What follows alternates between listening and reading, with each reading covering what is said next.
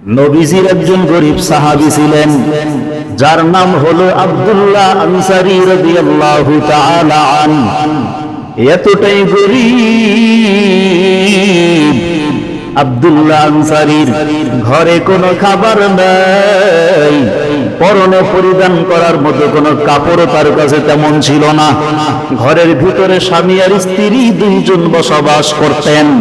নবীর জন্য উদাসীন ছিলেন, আল্লাহ প্রেমিক ছিলেন, এতটাই তাকওয়াওয়ালা বলে আমার মাওলার শুকর কখনো না শুকরিয়া করে নাই। আব্দুল্লাহ আনসারী খাইতে পারে না, কাপড় পরিধান করতে পারে না, এরপরেও সিজদায় অবনত হইয়া আল্লাহর দরবারে শুকর আদায় করে, হে মালিক, আপনি আমারে গরিব বানাইছেন, কোনো আফসোস নাই, আপনি আমারে যত পারেন কষ্ট দেন। ও আল্লাহ, আপনার দরবারে আমি হাত জাগাইয়া ফরিয়াদ করি, হে মালিক, দুনিয়ায় কষ্ট দেন, পরকালে কষ্ট দিয়েন না। আব্দুল্লাহ আনসারীর তাকওয়ার পাওয়ার কেমন! একদিকে নবীর জন্য উদাসীন, আরেকদিকে আমার মাওলার মুহাব্বত অন্তরে কম নাই। আজ আপনার আমার খানাও আছে, দুনিয়ার পোশাক আছে, আসবাবপত্র আছে, দামি দামি গাড়ি আছে, দামি দামি বাড়ি আছে। ওই দুনিয়ার মানুষ সব পেয়েছে, কিন্তু যাকে পাওয়া দরকার তাকে এখনো পাও নাই। या इलाही मुझसे मुझको दूर कर, ताकि देखो मुझ में तुझको एक नजर। या इलाही तू मेरा माबूद है, या इलाही तू मेरा माशूक है, या इलाही तू मेरा रहमान है, या इलाही तू मेरा रहीम है, या इलाही तू मेरा गफ्फार है, या इलाही तू मेरा सत्तार है।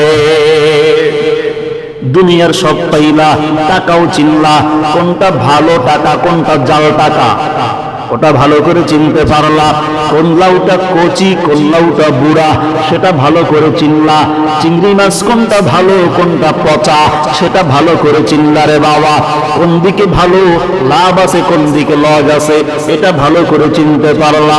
কিন্তু যেই মাওলার চিনা দরকার, ওই মাওলার তো এখন পর্যন্ত চিনতে পারো নাই। আল্লাহ বলেন, ইয়া আইয়ুহাল্লাযীনা আমানুত্তাকুল্লাহ হাক্কা তুকাতিহি ওয়া লা তামুতুন্না ইল্লা ওয়া আনতুম মুসলিমুন। এজন্যই তো বলি আল্লাহর পরিচয় নেওয়ার দরকার আছে। আল্লাহ বলে, ও মুমিনের দল, আগে মুসলমান হও, ঈমানওয়ালা হও, আমলওয়ালা হও, ইখলাসওয়ালা হও, এরপরে আমি মাওলার কবর জগতের দিকে পা বাড়াও। খবরদার খবরদার, মুসলমান না হইয়া ঈমানওয়ালা না হইয়া কবরে আসিও না। পয়গম্বর আরবি সাল্লাল্লাহু আলাইহি ওয়াসাল্লাম তার আদরের কন্যা ফাতিমা রাদিয়াল্লাহু তাআলা আনহাকে বললেন, ইয়া ফাতিমাতু আনকিজ নাফসাকি মিনান নার, ও ফাতিমা, নিজেকে জাহান্নামের আগুন থেকে বাঁচাও নাও, নিজের আহলদেরকেও জাহান্নামের আগুন থেকে বাঁচার ব্যবস্থা করে দাও। কারণ ওই কবরে গিয়া যদি বলো আমি নবীর মেয়ে ফাতিমা, ওই কবরের মাটি তোমার কাছ থেকে নবীর পরিচয় জানতে চাইবে না, নবীর মেয়ের পরিচয় দিয়েও তুমি রেহাই পাবা না। যদি বলো হাসান হোসেনের মা, হাসান হোসেনের পরিচয় দিয়েও তুমি মুক্তি পাইবা না। যদি বলো হযরত আলীর স্ত্রী আমি ফাতেমা, আমাকে একটু মুক্তির ব্যবস্থা করে দাও, এই পরিচয় দিয়ে কিন্তু কবরের মাটির থেকে রেহাই পাওয়া যাবে না। এজন্য নবী আমার বললেন, ইয়া ফাতিমাতু আনকিজ নাফসাকি মিনান নার, ও ফাতিমা, নিজে বাঁচো জাহান্নামের আগুন থেকে, নিজের আহালদেরকে বাঁচাও, এরপরে কবরে যাও। এটা হলো নবীজির সিদ্ধান্ত। কারণ এই কবর এমন একটা ঘর, এই কবর দৈনিক আপনাকে আমাকে তিনবার ডেকে ডেকে ডেকে ডেকে স্মরণ করা দেয়। আনা বাইতুল ওয়াহশা, আনা বাইতুদ দুদ, আনা বাইতুদ দুলমা। ও দুনিয়ার মানুষ ভুলে গিয়েছে আমি কবর বড় ভয়ঙ্কর ঘর, আমি কবর অন্ধকারের ঘর, আমি কবর সব বিশ্ব পোকামাকড়ের ঘর। আসবা তো আসবা, ভুলে যাইও না। সামান জোগাড় না করে কবরে আসিও না, তাহলে মুক্তি পাইবা না। জাহান্নামের লাকড়ি হয়ে জাহান্নামে জ্বলতে হবে। আর যদি তুমি মৃত্যুর হালাতেও এক সরিষা দানা পরিমাণ ঈমান নিয়ে কবরে যাও, আমার রব জানায় দেয়, বান্দা চিন্তা করবি না, চিন্তা করবি না, আমি আল্লাহ তাআলা ওই সরিষা দানা পরিমাণ ঈমানের কারণে মাফ করে জান্নাত দিয়ে দিব। जन्नत दो ज़ख़्सिया रब का करूँ, आरज़ू है मैं तुझे देखा करो। जन्नत दो ज़ख़्सिया रब का करूँ, आरज़ू है मैं तुझे देखा करूँ। আমরা তো জান্নাতের প্রত্যাশিত হব, আমরা তো জাহান্নামে যাব না।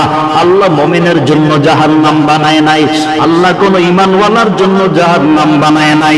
জাহান্নামে তারাই যাবে যারা ঈমান হারা, যারা বেঈমান, যাদের ভিতরে তাকওয়া নাই, যাদের ভিতরে নবীজির মুহাব্বত নাই, যাদের ভিতরে আমার মাওলার মুহাব্বত নাই, তারাই তো জাহান্নামে যাবে।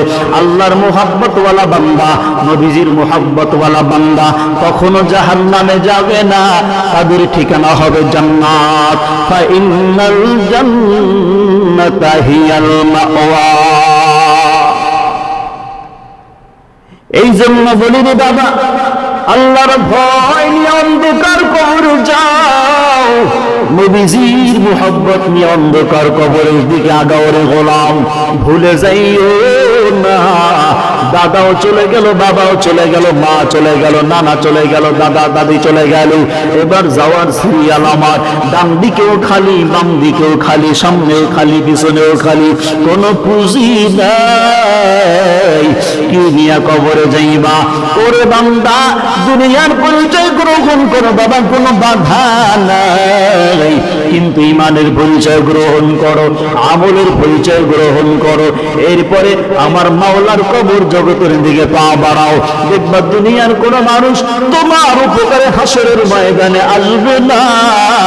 আমার নবীর মুহাব্বত যদি থাকে, ওই দিন কাউকে তালাশ করা লাগবে না। নবী আমার ডাক দিয়া বলে, উম্মত আয় আয় আয়, আমি নবীর হাতে হাত দিয়ে তোকে নিয়া নবী জান্নাতে চলে যাব। আতিনা ফি দার দুনিয়া না হাসান, আতিনা ফি দার উকবা না হাসান, ইয়া গিয়াসাল মুস্তাগীসিন ইহদিনা लफ्तिखारा बिल-उलूम वल-गिना। हर गोरी दे को तू तैयार है, जो न मांगे उससे तू बेजार है। ওই নবীর সাহাবী, গরিব সাহাবী আব্দুল্লাহ আনসারী, এতটাই গরিব, অন্তরের ভিতরে নবীজির মুহাব্বতের কমতি নাই, আল্লাহর মুহাব্বতের কোনো কমতি নাই, তাকওয়ার জায়গাটা পরিপূর্ণ, কোনো শূন্যতা নাই। যদিও ঘরে কোনো খাবার নাই, ঘরের ভিতরে ভালো কোনো বস্ত্র নাই, এক কাপড় পরিধান করে স্বামী স্ত্রী দীর্ঘ বছর পর্যন্ত জীবন চালায়, কোনো অভিযোগ নাই, বরং খাইয়াও সিজদায় অবনত হয়, না খাইয়াও সিজদায় অবনত হয়। আর আমার আল্লাহকে ডাক দিয়া বলে, হে মালিক, ও আল্লাহ, আমি আব্দুল্লাহ আনসারীকে দুনিয়ায় গরিব বানাইছো, পরকালে গরিব বানাইও না। এটা হলো তাদের তাকওয়া। আব্দুল্লাহ আনসারীর ব্যাপারে নবীর কাছে অভিযোগ চলে গেল। কয়েকজন সাহাবী একদিন নবীর কাছে এসে ডাক দিয়া বলেন, ও পয়গম্বর, আপনার একজন সাহাবী যার নাম হলো আব্দুল্লাহ আনসারী, ওই সাহাবী আযান হয়ে যাওয়ার পরে যখন আপনি জামাতে দাঁড়াবেন, ইমামের মুসল্লায় দাঁড়ায় যাবেন, নবী আপনার ইমামতিতে আমরা নামাজ আদায় করব মুক্তাদি হইয়া, মুসল্লি হইয়া। ও নবী আমার, মসজিদে সবাই আগেই ঢুকে যায়, কিন্তু একজন মাত্র সাহাবী যিনি আগে ঢুকতে পারে না রে নবী, যার নাম হলো আব্দুল্লাহ আনসারী।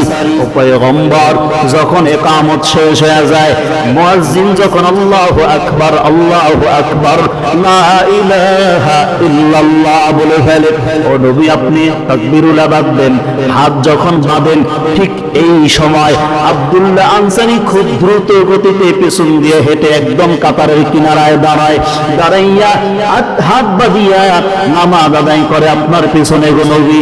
যখন আপনি ডান দিকে সালাম ফিরান, আবার বাম দিকে সালাম ফিরান, আব্দুল্লাহ আনসারী কোন দিকে না তাকাইয়া আবার দ্রুত গতিতে মসজিদ থেকে বের হয়ে বাড়িতে চলে যায়। ও নবী, কারণ বুঝলাম না, আপনার কাছে বললাম নবী আপনি ফয়সালা করেন, আপনি এটাকে দেখেন। ও নবী আমার, আপনি নামাজের পর আমাদেরকে নিয়ে আপনি এক জায়গায় বসেন, বিভিন্ন কথা বলেন, বয়ান করেন, আপনার পবিত্র জবান থেকে রুহানি যুক্ত কথা আমরা শ্রবণ করি গো নবী।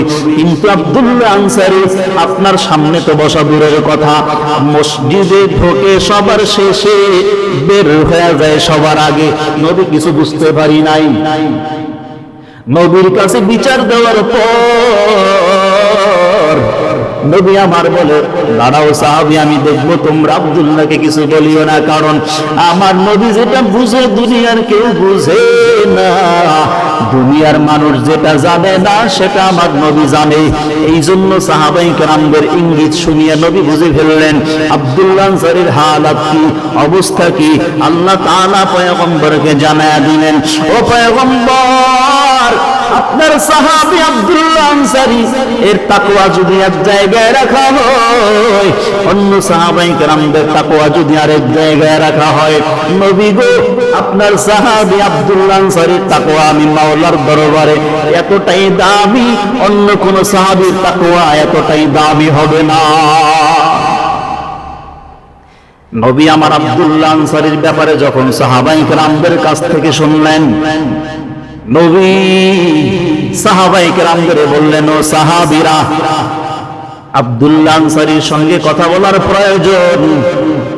আব্দুল্লাহ আনসারী রাদিয়াল্লাহু আনহুর বাড়িতে নবী যাবেন এমন প্রস্তাব সাহাবায়ে কেরামদের দিলেন। চলো কোনো একদিন আব্দুল্লাহ আনসারীর বাড়িতে যাই, গিয়া দেখি তার হালাত কি, তার খোঁজ খবর নেওয়ার চেষ্টা করি। নবী সাহাবায়ে কেরামদের সন্ধান, সাহাবায়ে কেরামদের লইয়া একদিন আব্দুল্লাহ আনসারীর বাড়ির উদ্দেশ্যে রওনা হবেন। ফজরের নামাজের পরে আব্দুল্লাহ আনসারী বাড়ির ভিতরে চলে গেলেন। নবী আমার সঙ্গে সঙ্গে সাহাবায়ে কেরামদের ডাক দিয়া বললেন, ও সাহাবীরা, চলো আব্দুল্লাহ আনসারীর বাড়িতে একদিন চলে যাই।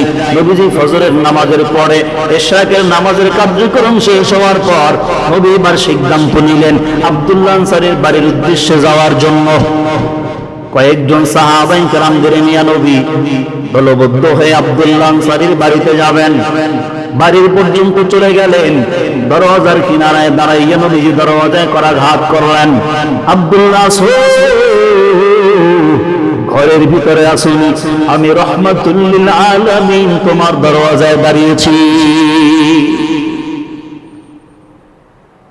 নবীজির সাহাবী আব্দুল্লাহ আনসারী আশ্চর্য হয়ে গেলেন, মায়ার নবী, আমি আব্দুল্লাহ আনসারী এত পরিমাণে গরিব, বসতে দেওয়ার মতো কোনো জায়গা নাই, খাইতে দেওয়ার মতো কিছু নাই, আমার বাড়িতে নাকি মায়ার নবী হাজির হয়ে গেল, রাহমাতুল লিল আলামিন।